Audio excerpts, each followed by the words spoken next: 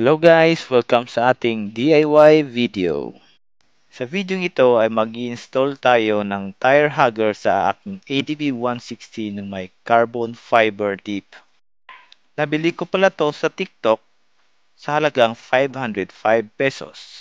Shoutout pala sa Surfy Motorcycle dahil dito ko to nabili. So ayan na guys, sasalpak na natin tong ating tire hugger gamit ang 10 size 10 open wrench at Allen key. Yan. So, yan lang yung mga gamit natin. So, lagyan natin una. Tanggalin muna natin yung Allen screw. Okay.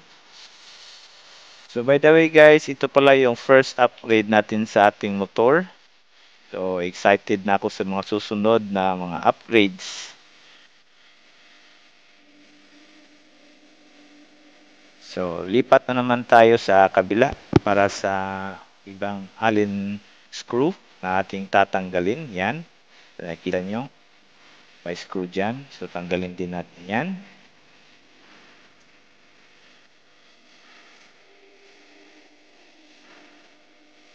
Ay, nahulog.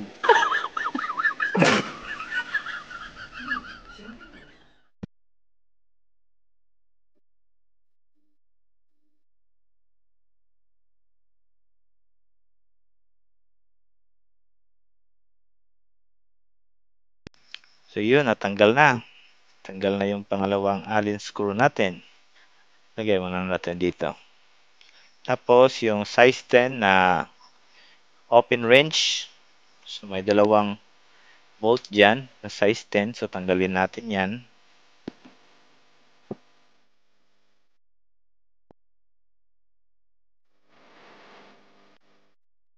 Ayan, natanggal na. So, meron pala tong brake hose naka-attach dyan sa isang bolt. So, be careful na ibalik natin yan mamaya pagbalik natin. Dahan-dahan lang sa pagtanggal. Tire hugger. So, may pin pala dyan sa unahan. Kailangan mong tanggalin bago mo mabaklas. Okay, so natanggal na. Okay, lagay muna natin to sa gilid. Dumi.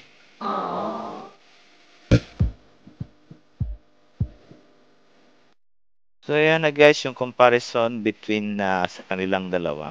So, mahaba talaga yung nabili nating tire hugger. So, iwas talsik para sa ating motor. So, yan. Kakabit na natin siya guys. So, by the way, hindi pala ako expert about sa motor. So, ang ginagawa ko lang ay research, tapos, yan, DIY.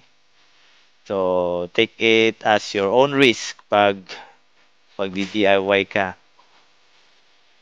Yan, so dahan-dahan lang sa pagsalpak ng tire hugger. So hanggang sa ma-fit siya. So fit naman talaga siya sa motor natin. So kailangan mo lang timingin yung paglalapat sa kanya. Yan, so lagay yung pin sa unahan.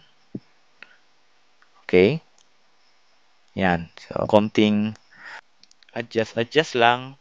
Oh, ma-fit na din yan. So ayan.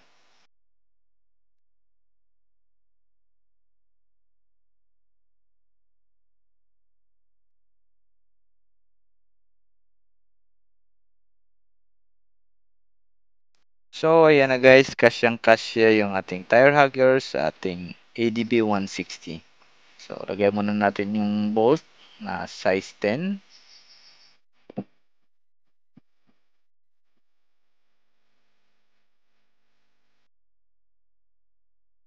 Tapos, ilagay na rin natin yung dalawang Allen screw gamit ang ating size 5 na Allen key.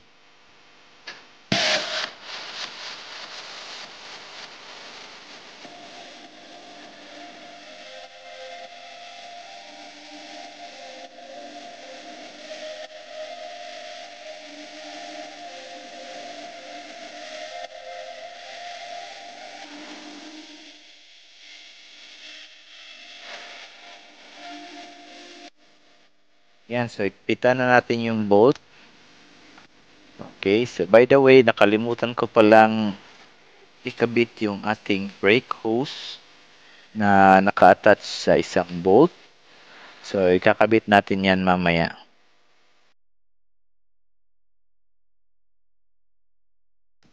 So, ayan, ikakabit na natin yung brake hose sa ating bolt.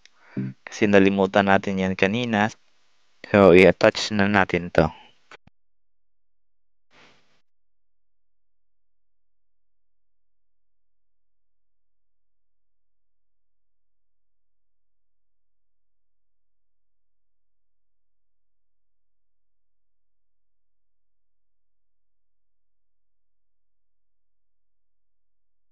So, ayan, natapos na natin na-install ang ating tire hugger. So, salamat sa panonood. So, don't forget to like and subscribe sa ating YouTube channel. Okay, bye-bye and God bless.